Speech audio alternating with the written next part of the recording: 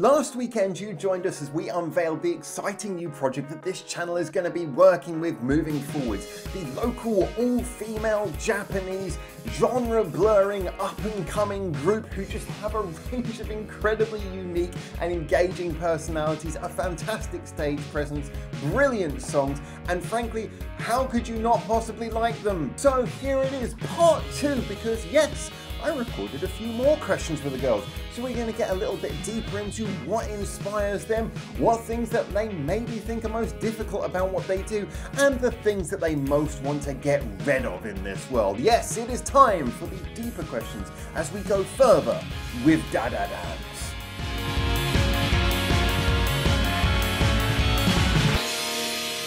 So given that music is the thing that's brought together these 5 very different but eclectic personalities, I thought I'd start by asking a very simple but hopefully revealing question that I felt the answers showed a lot of differences between the personalities of the different girls. But the question was simple.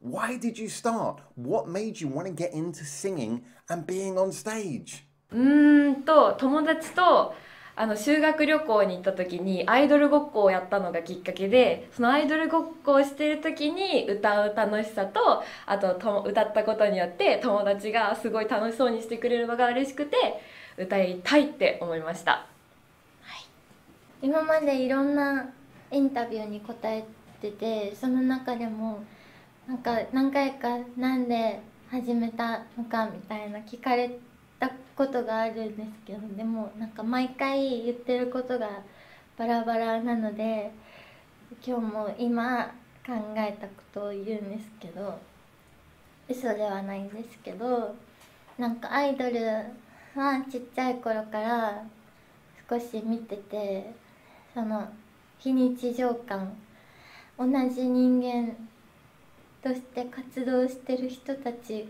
とは思えない感じには憧れてて、で憧れてたらいつの間にか自分もなってたって感じ。歌は昔から好きでした。I loved those stories and the sense of detail and feeling you could really sense coming through with them.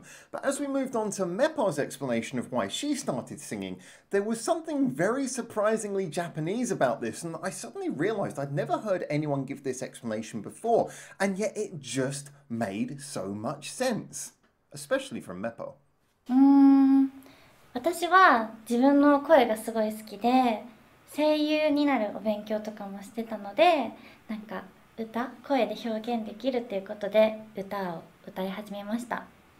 But then for singers like Anne and Rezi, the journey was much more direct.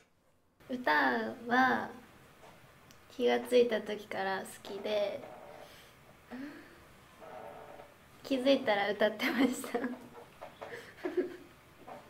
歌いたいと思ったきっかけは、歌が呼んでたからです。歌が私を呼んでました。Okay. Now, the next question I asked was one that I was really fascinated to get the girls' opinions on.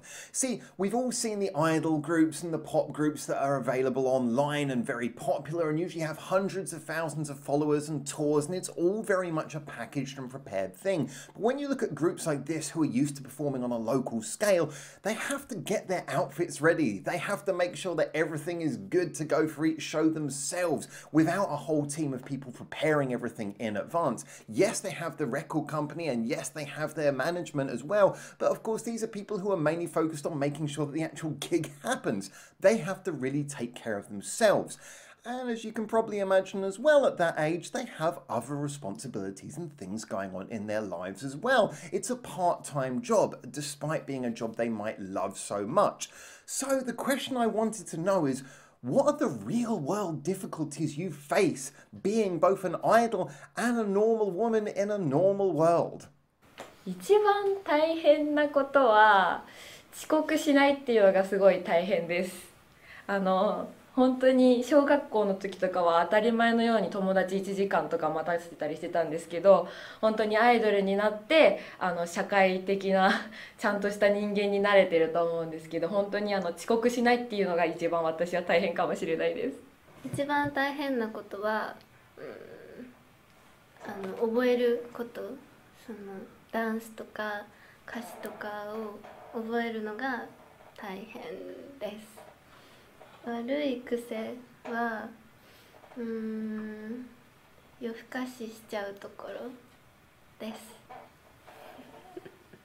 ダンスを間違えないようにしないといけないし、自分がやっぱ出過ぎるとみんながね萎縮しちゃうんで、みんな輝ける感じで頑張ってます。そうですね、なんだろう、ちょっとだらしないから自分がなんか今日もそうなんですけど、衣装忘れちゃったりとかして、なんかここにつける衣装忘れちゃったりとかそういうのもあるから、やっぱアイドルとして可愛くいるためにこう自分をね可愛く保つことが苦労してます。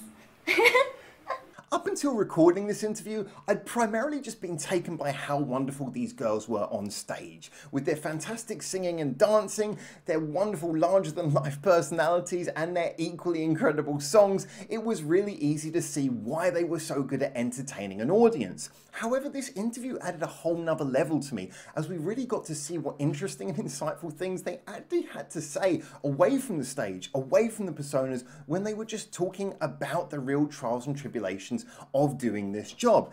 And that was particularly noticeable when I asked this same question about the difficulties of being an idol to Mashi. Mashi, the often quiet and cute one, really just had so many insights throughout this interview, and I found her answer to this question almost poetically beautiful. やっぱりアイドルは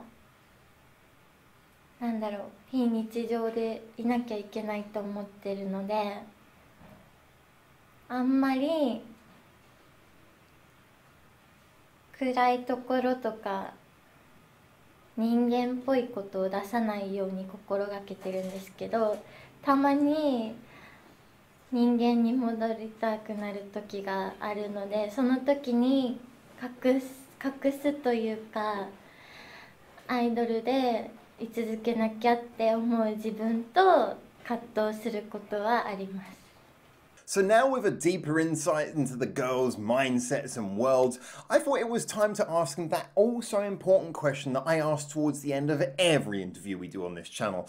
And that was, if you could banish anything from existence, anything at all, what would it be?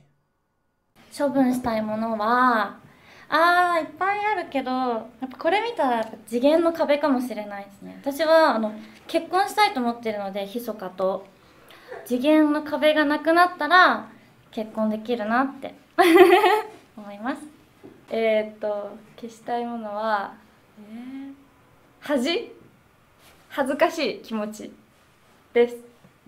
それは、恥ずかしいと何もできないからです。恥ずかしいと歌ったり踊ったりできません。楽しくないです。なので恥を捨てたい。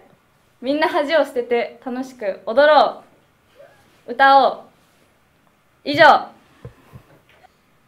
早起きが苦手なので、学校の一限がなくしたいです。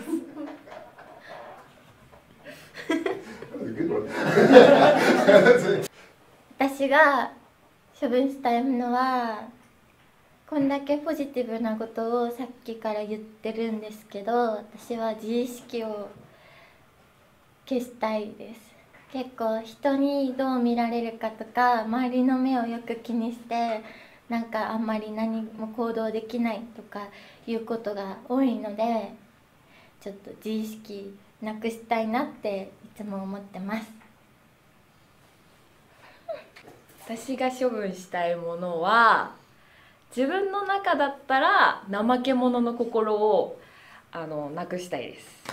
すごい面倒くさがり屋なんですけど、服とか家着てたらもうそのまま椅子の上に置いて、椅子の上に6着ぐらいかかってたりするし、洗濯物溜めちゃったりするので、怠け者の心を排除して、ちゃんとした生活を送りながらちゃんとアイドルに使う時間とか普段の時に使う時間とかを分けて効率的な一日を送ってみたいです。できるものなら。So now as we were coming towards the close of the interview, I started to wrap everything up when MEPO actually mentioned that she had a very important announcement herself that she wanted to make. Rather unsurprising for the Queen of Surprises. And you know what though? It was a very important announcement, and I think it's one that I would like us all to listen to, and hopefully it's something that we can help MEPO with. So, do you know what? I'll let her explain. I went to Wisconsin in the US for homestay 12 years ago.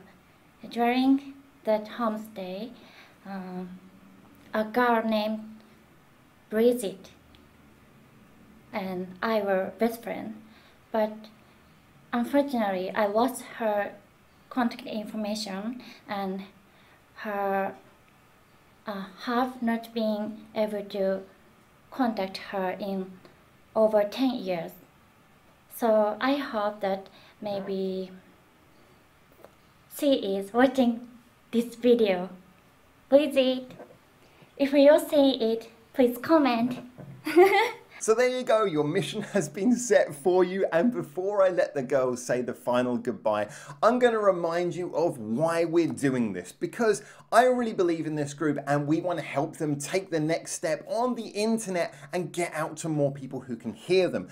And that is something that hopefully our channel will be able to help with the experience we have at hand, maybe being able to do an album with them, getting them into the studio, recording, helping all of those things, maybe even helping them do a music video. I know you guys have already been requesting to see more content from these girls that you can buy and that we can put out on YouTube, and I really want to do all of that for you. But of course, the record company have to focus on gigging and making money, because that's what gigging's for. So to convince them that it's worthwhile, please remember to keep on following the links that are in the description below. If they see you on the YouTube, if they see you subscribing to the DADADAMZ channel, also the Trash Up channel, if they see you buying merch, which is the ultimate expression, thank you very much if you can do that, but just anywhere, if you're on the Spotify, we've already seen their Spotify regular players number has been going up. Just keep on hammering all of their social medias, enjoying their music, enjoying the fun things that they put out as people as well, and hopefully this will all give the record company Trash Up the belief that there is a worthwhile reason for us to take them to do some more recording, whether that be music or videos. So please stay with us on this front, supporting DADADAMZ and pushing them up the ladder to more exciting things in the future. But anyway, as I said, I'm going to give the final goodbye to the girls. So from me, for now, it's ciao ciao, and from the girls, Bye. Bye bye. ありがとうございました。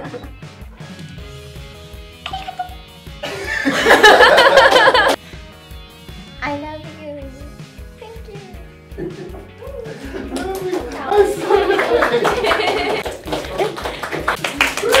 okay. Very